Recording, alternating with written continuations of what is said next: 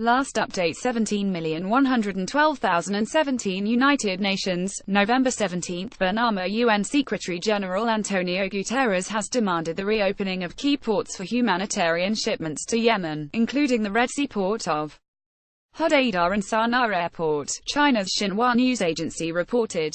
In a letter to the Saudi ambassador to the United Nations, Guterres said the blockade imposed by the Saudiled military coalition since November 6 was already reversing the impact of humanitarian efforts, according to Guterres spokesman, Stephane Dujarric.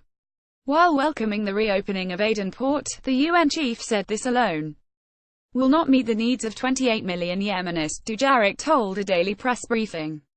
Guterres called on the coalition to enable the resumption of UN humanitarian flights to Sanaa and Aden airports, and the reopening of Hodaydah and Saleef seaports so that fuel, food and medical supplies can enter Yemen, said the spokesman.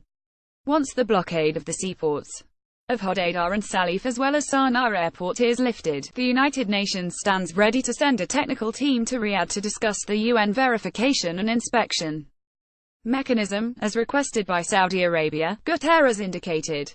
The Saudiled military coalition, which is fighting Houthi rebels in Yemen and is trying to restore the government of President Abdrabbuh Mansur Hadi, blocked land, sea and air access to Yemen 2 days after Saudi Arabia intercepted a missile launched by Houthi rebels toward the Saudi capital city of Riyadh.